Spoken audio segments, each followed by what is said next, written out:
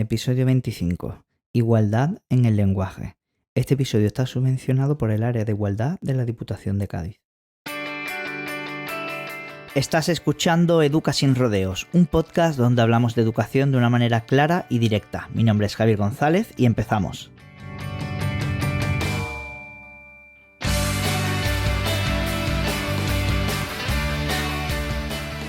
Hola a todos, hola a todas, bienvenidos y bienvenida un día más a un nuevo episodio de Educa sin rodeos.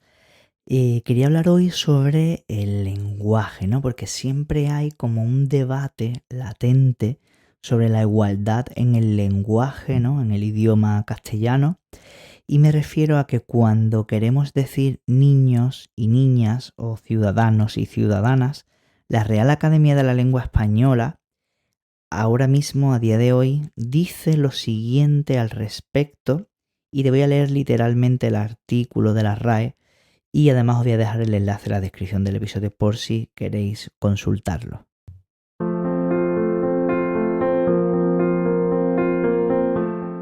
Este tipo de desbordamientos son artificiosos e innecesarios desde el punto de vista lingüístico. En los sustantivos que designan seres animados existe la posibilidad del uso genérico del masculino para designar la clase, es decir, a todos los individuos de la especie sin distinción de sexos. Todos los ciudadanos mayores de edad tienen derecho a voto. La mención explícita del femenino solo se justifica cuando la oposición de sexos es relevante en el contexto. Por ejemplo, el desarrollo evolutivo es similar en los niños y las niñas de esa edad. La actual tendencia al desdoblamiento indiscriminado del sustantivo en su forma masculina y femenina va en contra del principio de economía del lenguaje y se funda en razones extralingüísticas. Por tanto, deben evitarse estas repeticiones que generan dificultades sintácticas y de concordancia y complican innecesariamente la redacción y lectura de los textos. El uso genérico del masculino se basa en su condición de término no marcado en la posición masculino-femenino. Por ello, es incorrecto emplear el femenino para aludir conjuntamente a ambos sexos, con independencia del número de individuos de cada sexo que formen parte del conjunto. Así, los alumnos es la única forma correcta de referirse a un grupo mixto, aunque el número de alumnas sea superior al de número de alumnos varones.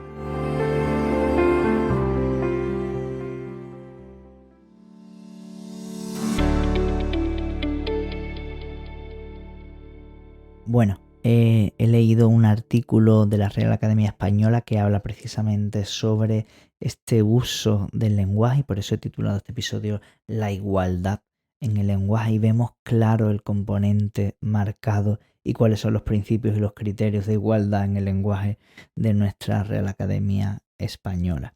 Yo en este caso tengo una opinión muy clara al respecto de este asunto y es que aunque la RAE diga que es incorrecto, yo voy a estar muy orgulloso de hablar incorrectamente y decir constantemente niñas y niños o niños y niñas en lugar de decir niños para referirme a ambos sexos. Es cierto que va en contra de la economía del lenguaje. Es cierto que complica la redacción de textos. Es cierto que puede llegar a cansar al escribir o al leer por la redundancia. Pero yo aún así voy a tratar siempre de expresarme en lo que llamamos un lenguaje inclusivo. Y digo trato porque es verdad que a veces, muchas veces, se me pasa por alto y me equivoco y rápidamente trato de rectificar, ¿no? Me da rabia tener que decir que claro, la sociedad y la educación que yo he recibido me han llevado a que cuando estoy hablando con el piloto automático sale sin querer el masculino para referirme de manera general a masculino y a femenino. Poco a poco yo intento por todos los medios, ¿no? Y voy reeducándome para que me cueste menos esfuerzo y cada vez me vaya saliendo de manera más automática, no tenga que pararme a pensarlo explícitamente, ¿no? Qué es lo que voy a decir, qué es lo que hago muchas veces, ¿no? Y ahora entonces viene la pregunta importante, es donde yo quería llegar con todo esto.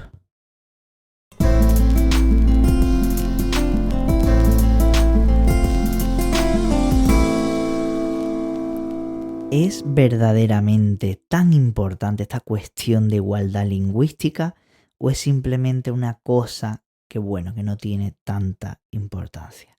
Yo tengo que decir que verdaderamente lo es y mucho. Es muy importante.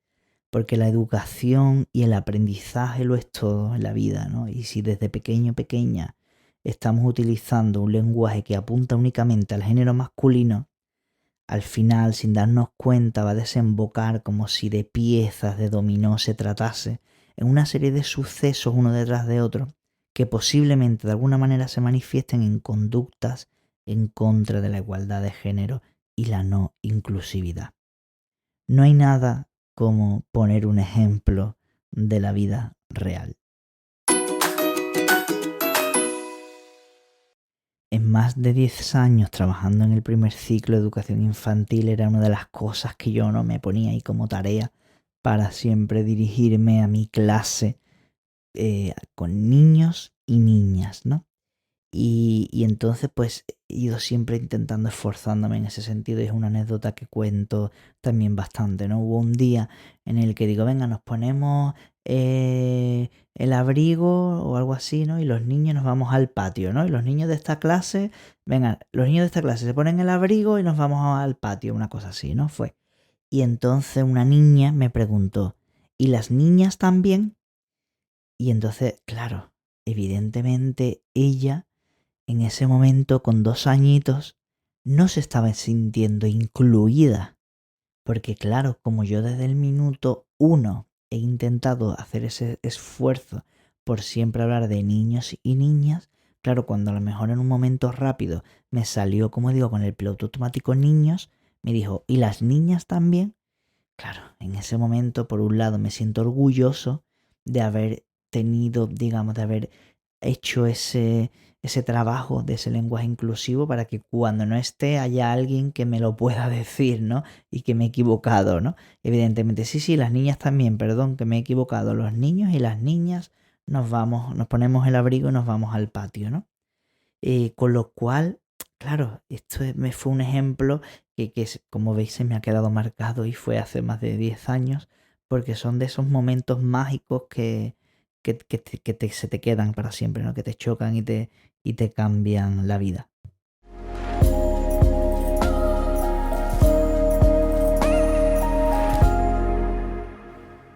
Otro ejemplo, precisamente, recogiendo el guante del ejemplo que ponía la RAE para decir alumnos y no alumnas, aunque el número de chicas fuera mayor que el de chicos, precisamente por mi formación en la universidad donde estudié magisterio de educación infantil, pues imagínate, pues yo con 18 años, recién salido del instituto, voy a, voy a mi primera clase y lógicamente, bueno, todavía sigue siendo así, por desgracia, aunque cada vez mejor.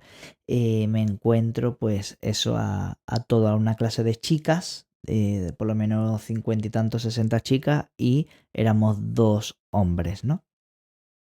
Y allí, desde el primer momento, todos los profesores y todas las profesoras, ¿no?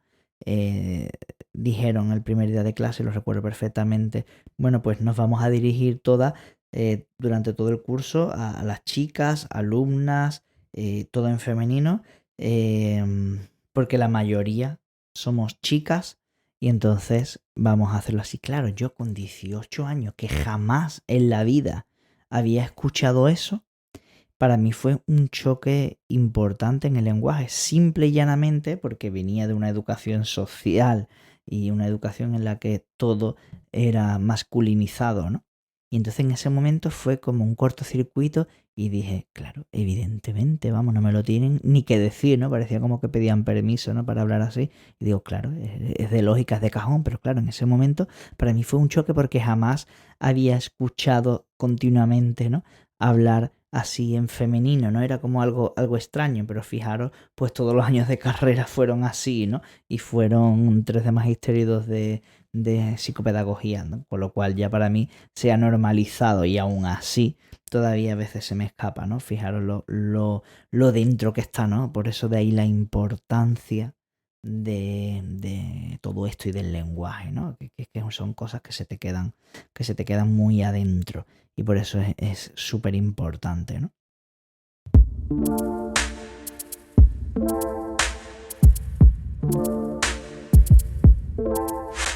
Y con todo esto he aprendido que evidentemente el lenguaje te incluye o te excluye y a todo el mundo le gusta sentirse incluido lógicamente. ¿Qué ocurre? Pues ocurre que la verdad duele y que algunas verdades son, pues que básicamente los hombres en una posición de poder histórica son los que han construido estas formas de lenguaje, son los que ocupan los puestos de mayor relevancia en primera fila social y nos hemos acostumbrado a base de repeticiones a este tipo de prácticas abusivas y discriminatorias para las mujeres, ¿no? Usar el masculino para referirse a ambos sexos, o si hacemos la distinción, siempre la forma masculina va primero, ¿no? Por ejemplo, si queremos decir los niños y las niñas, ¿no? Y no decimos nunca las niñas y los niños, y varias cosas de este estilo que hemos ido incorporando a nuestras entrañas muy adentro y que la tenemos así, ¿no? Está muy complicado cambiar, por eso es muy importante que desde el primer momento utilicemos este lenguaje inclusivo y no sexista. Y aunque duela, es así. Y yo sé que hay siempre como mucho debate con esto y siempre hay muchas opiniones en contra, ¿no? Diciendo, claro, es que como la RAE lo dice, si la RAE lo dice, ¿por qué lo vas a decir? Claro, la RAE lo dice porque la mayoría son hombres, no se sienten excluidos y históricamente han tenido este abuso de poder indiscriminado. Claro, no te jode, por eso ellos lo dicen así, se sienten cómodos. Si estuvieran toda la vida escuchando cómo no están incluidos y estando siempre excluidos de toda la sociedad, pues igual pensarían de otra manera, ¿no? No te jode. Entonces, pues yo, como siempre digo, aunque duela, pues es así, ¿no?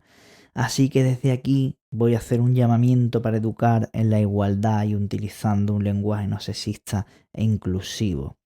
Cuando hablemos con nuestras hijas e hijos, cuando hablemos con nuestros alumnos y alumnas y cuando hablemos con nuestras amigas, amigos y familiares, intentemos siempre utilizarlos aunque vayamos en contra de las normas lingüísticas españolas. Y aunque al principio no suene raro, se sienta forzado, se sienta raro, hay que persistir, porque es la única forma de educar en la igualdad.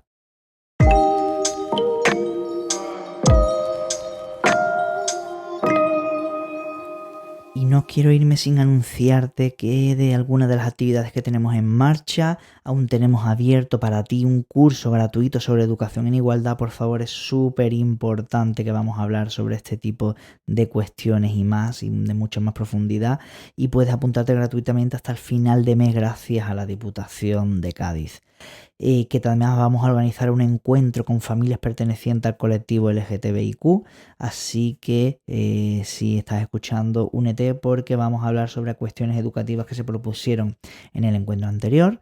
El próximo lunes 20 de septiembre vamos a hacer un taller presencial sobre la vuelta al cole, para que todo el mundo además pueda venir. Haremos 2 pases, uno de mañana y otro de tarde. Te voy a dejar todos los enlaces por si quieres ahondar más en la descripción del episodio.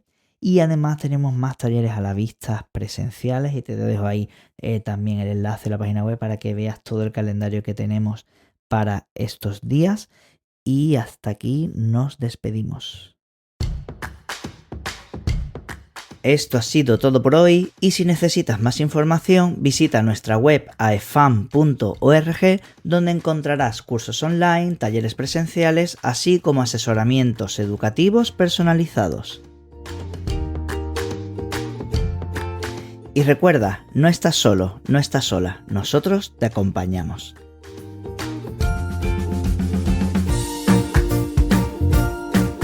Y en el próximo episodio hablaremos sobre los problemas que ocurren en el comedor escolar.